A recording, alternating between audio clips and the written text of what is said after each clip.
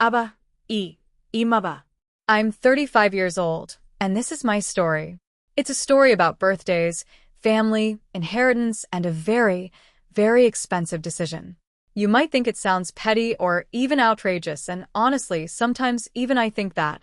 But for 10 years, 10 long, often lonely years, my birthday came and went without a single acknowledgement from my family. Not a text, not a call, not a card. And after the 10th time, well, something in me finally snapped. So, I did what any rational, deeply hurt individual might do.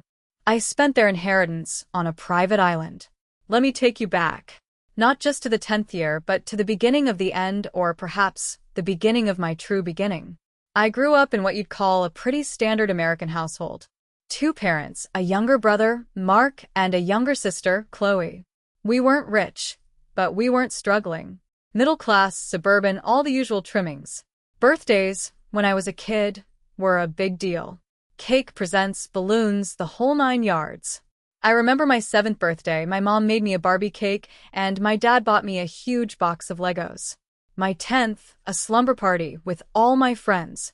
As I got older, the fanfare naturally lessened, but the acknowledgement never did. Or so I thought. The first time it happened, I was 25, fresh out of grad school, navigating the terrifying waters of my first real job, living in a new city. I called my mom the week before, just a casual check-in, and dropped a little hint. "Oh, by the way, my birthday's next Tuesday."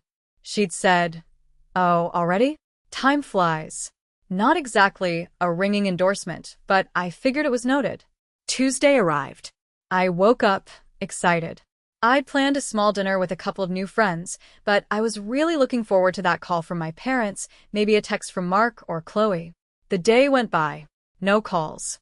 No texts. Nothing. I kept checking my phone, compulsively, throughout my workday.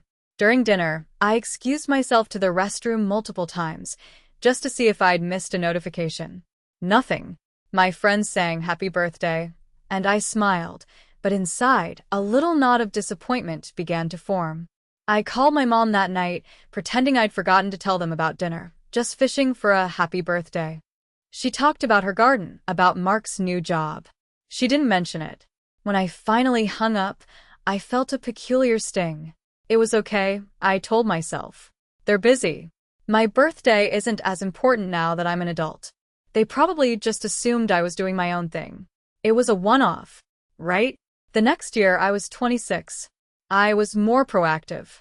A month before, I'd sent out a group text to the family, counting down the days to my 26th. Any suggestions for a good birthday dinner spot? Crickets. My sister, Chloe, replied, "Oh, I'm trying this new vegan place. It's amazing." No mention of my birthday. Again, I thought maybe they missed the context. Maybe my wording wasn't clear enough. I called my dad a few days before. "Hey, what are you guys up to next week?" "My birthday is on Thursday." He mumbled something about work, about fixing the leaky faucet, then said, "Oh, well, hope you have a good one, sweetie." It was dismissive, almost an afterthought. Thursday arrived. Same routine. Checking my phone, waiting, hoping. Nothing. This time, the disappointment was sharper. It started to feel less like an oversight and more like a pattern. I felt foolish for even expecting it. I spent that evening watching a sad movie and eating an entire pint of ice cream. It was pathetic, and I knew it, but I couldn't shake the feeling of being utterly forgotten by the people who were supposed to care the most. Years 27, 28, 29, 30. Each year, the same silent treatment.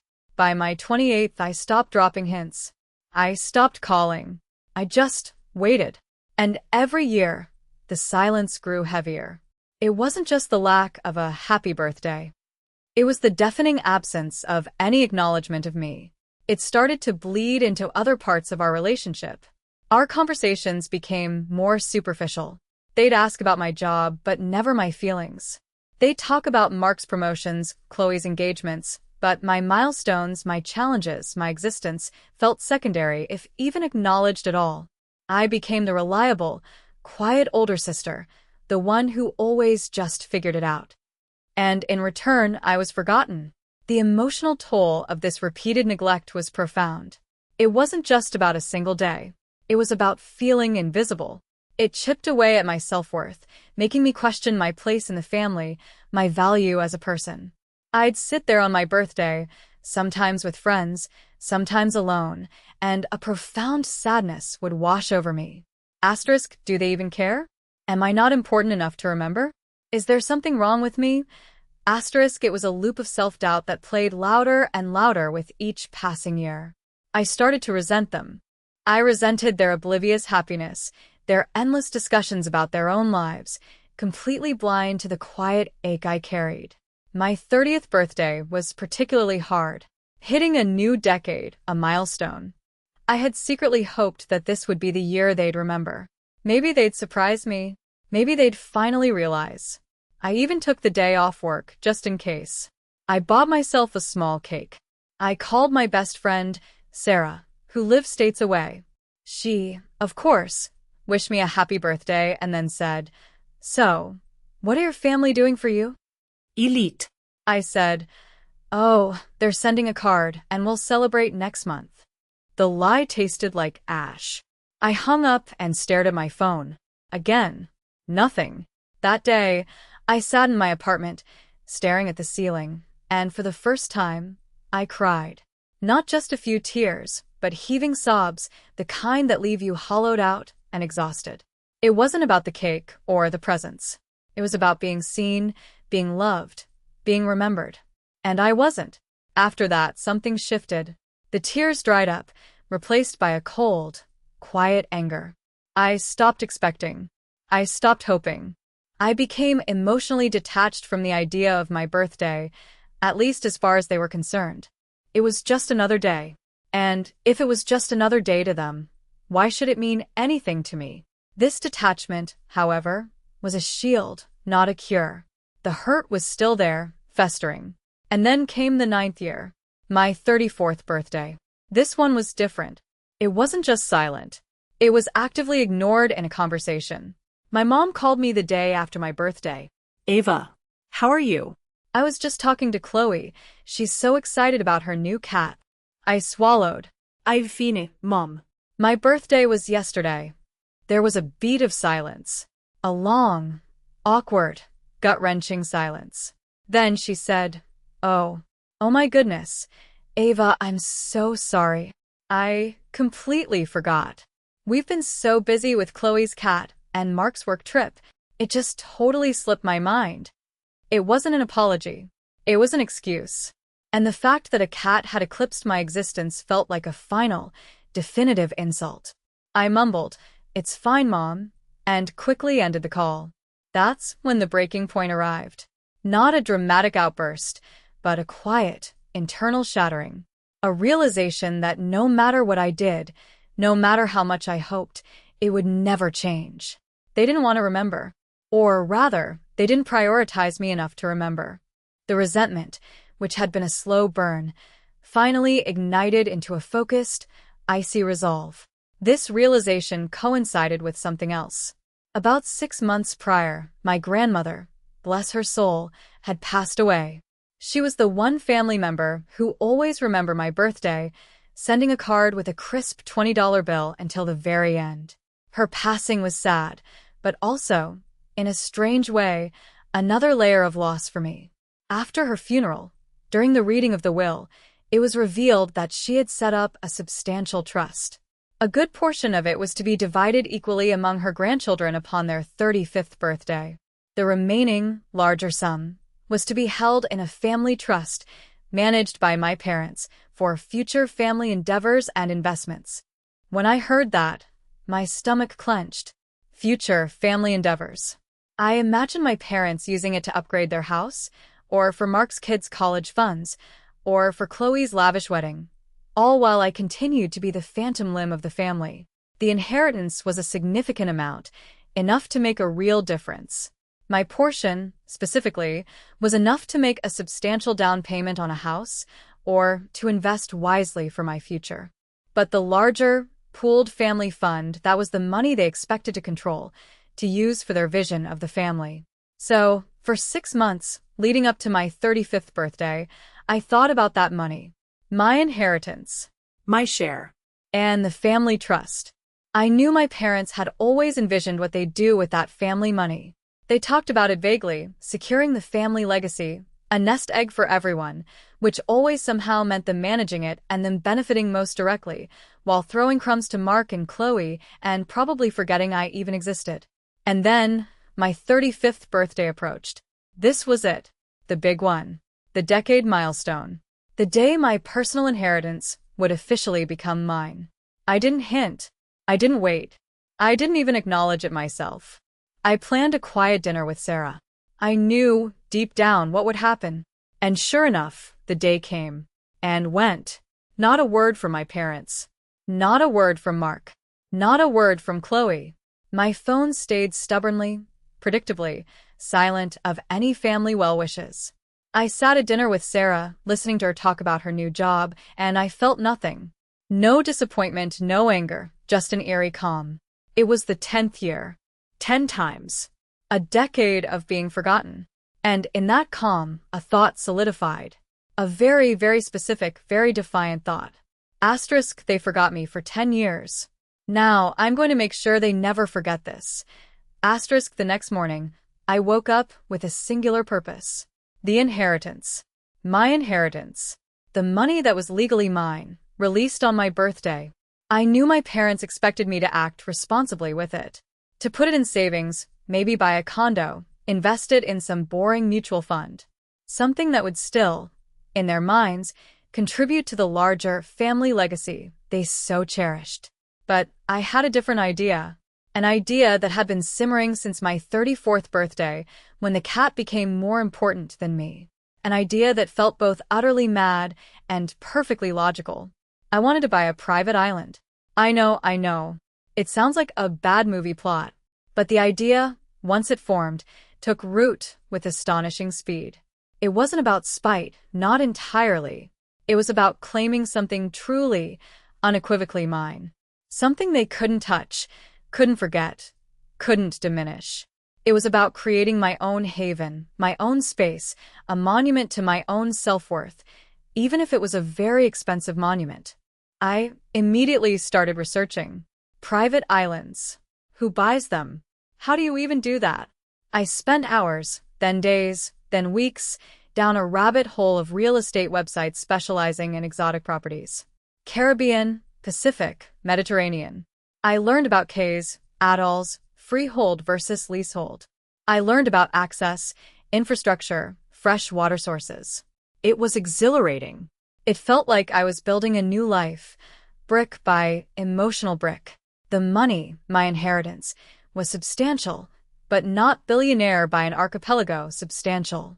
I knew I couldn't afford a fully developed island with a mansion and staff, but I could afford a small, undeveloped island, a blank canvas, a place where I could build something, even if it was just a small cabin, and exist without being forgotten. The internal struggle during this period was intense. One part of me, the part that had been conditioned to be the responsible older sister, screamed, "Ava, what are you doing? This is insane. You're throwing away your future." The other part, the hurt, neglected part, whispered, "What future?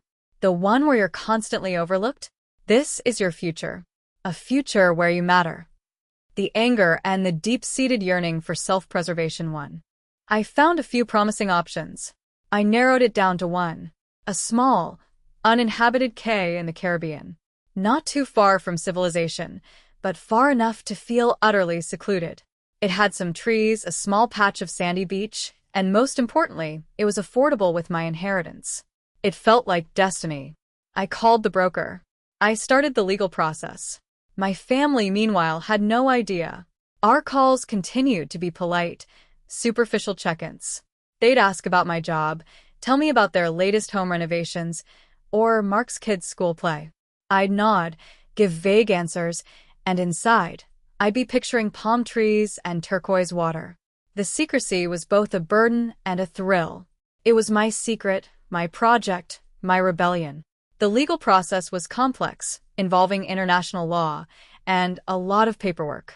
I had to fly out to the region to meet with lawyers, inspect the property, and sign what felt like a million documents. Standing on that tiny patch of land for the first time, feeling the sand between my toes, the warm breeze on my face, looking out at the endless blue, it was breathtaking. It was real. It was mine. The weight I'd carried for a decade, the invisible cloak of neglect, began to lift. I felt a profound sense of peace mixed with a wild, triumphant joy. I named it Haven Cay.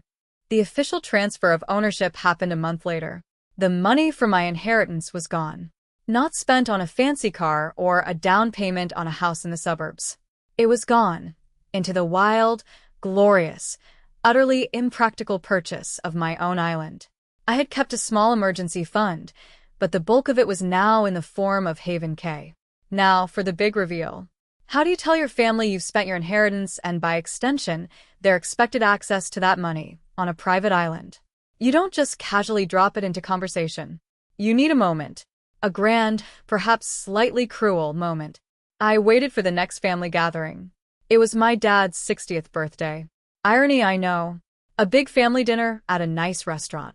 Everyone was there, my parents, Mark and his wife and kids, Chloe and her fiancé. It was loud, bustling, and full of that superficial family cheer that always made me feel a little detached. We were halfway through the main course, and my dad was making a speech about how blessed he was, surrounded by his wonderful family. He then started talking about the future, about how great it was that Ava's inheritance came through recently, such a sensible girl. She'll invest it wisely, maybe help out with the family trust down the line. He looked at me, beaming, expecting my agreement. Everyone at the table turned to me, smiling, a collective expectation in their eyes. This was my moment. I cleared my throat. The room quieted slightly. Actually, Dad, I said, my voice calm, almost unnervingly so. I have invested it. Very wisely, I think. My mom smiled. Oh, that's wonderful, dear. A new apartment? Or perhaps a nice diversified portfolio? I met her gaze, then looked around the table, making eye contact with each of them. My brother, my sister, my dad. Something a little more tangible. I continued, savoring the moment. I bought a private island. The silence that followed was instant, absolute, and thick enough to cut with a knife. Forks clattered onto plates. Eyes widened. Jaws dropped. My dad was the first to speak, his face turning an alarming shade of red. You what? A private island, I repeated, enunciating each syllable. It's called Haven Cay, off the coast of Belize. It's small, undeveloped, but it's absolutely beautiful. And it's mine. My mom looked like she'd swallowed a lemon. Ava, are you joking? That's not funny. No, Mom. I said, I assure you, I'm not joking. The paperwork went through last month. I even had a glossy brochure from the real estate agent in my purse, just in case they didn't believe me. I pulled it out and slid it across the table to my dad. He picked it up, his hands trembling slightly, and stared at the photo of a pristine, tiny island. But the inheritance, he stammered. Your share for your future, the family trust. This is my future, Dad, I said, my voice hardening. And it was my share. What I choose to do with my money is entirely up to me. Then the accusations started. Chloe shrill. Ava, how could you? That money was supposed to be for us. For all of us.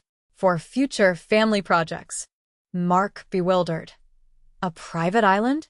What are you going to do with a private island? This is insane. Ava, you've completely wasted it. My mom, tears welling in her eyes. How could you be so selfish? So irresponsible? We had plans. We had so many plans for that money. I let them talk, their voices rising in a cacophony of outrage and disbelief. And as they did, a strange sense of clarity washed over me. Their plans never involved me, not really. Their family projects were always their projects. Their anger wasn't about my irresponsibility. It was about their loss of control, their sense of entitlement over my money, and the disruption of their narrative. When there was a lull, I spoke again. my voice cutting through their indignation. You want to talk about selfish? I asked, my gaze sweeping across their faces. For 10 years. 10 straight years. Not one of you remembered my birthday. Not a call. Not a text.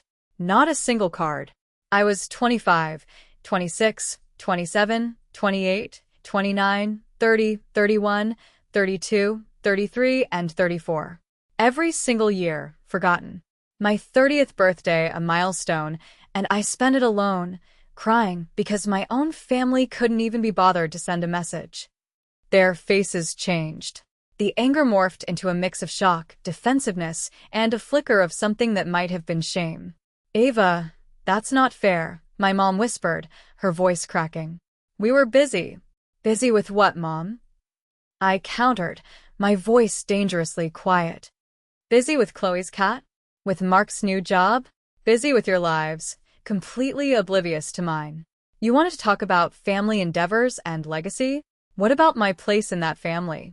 What about my legacy? It felt like my only legacy was being the forgotten one. Chloe tried to interject. But that's no reason to blow your inheritance on an island, Ava. That's just being dramatic. Dramatic. I asked, a mirthless laugh escaping me.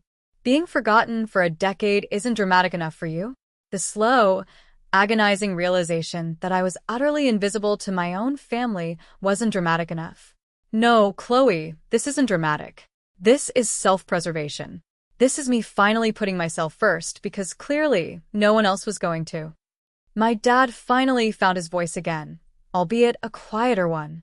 Ava, we never meant to hurt you. It slipped our minds. You're always so independent. We just assumed you didn't care as much about those things anymore. That's the excuse, isn't it? I said, shaking my head. The independent one. The strong one. The one who doesn't need to be remembered, doesn't need to be celebrated. The one you can safely forget about, because she'll just figure it out. Well, I did figure it out. I figured out that if I wanted a place where I truly felt seen, truly felt important, I had to create it myself. And that's what Haven K is. It's my place. It's where I'll never be forgotten, because it exists because of me. The rest of the dinner was a disaster. There were no more speeches, no more celebratory toasts. The air was thick with unspoken accusations and simmering resentment. I had made my point, and the cost was quite possibly my relationship with my family. In the weeks and months that followed, things were, predictably, strained. My parents tried to reason with me, then guilt-tripped me. Mark and Chloe either lectured me or ignored me. They couldn't fathom my decision, couldn't grasp the depth of the hurt that had led me to it. They saw the act, but they refused to see the decade of neglect behind it. They were angry about the money, about their lost expectations, but they still couldn't truly acknowledge the pain they had inflicted. That, I think, was the most telling part.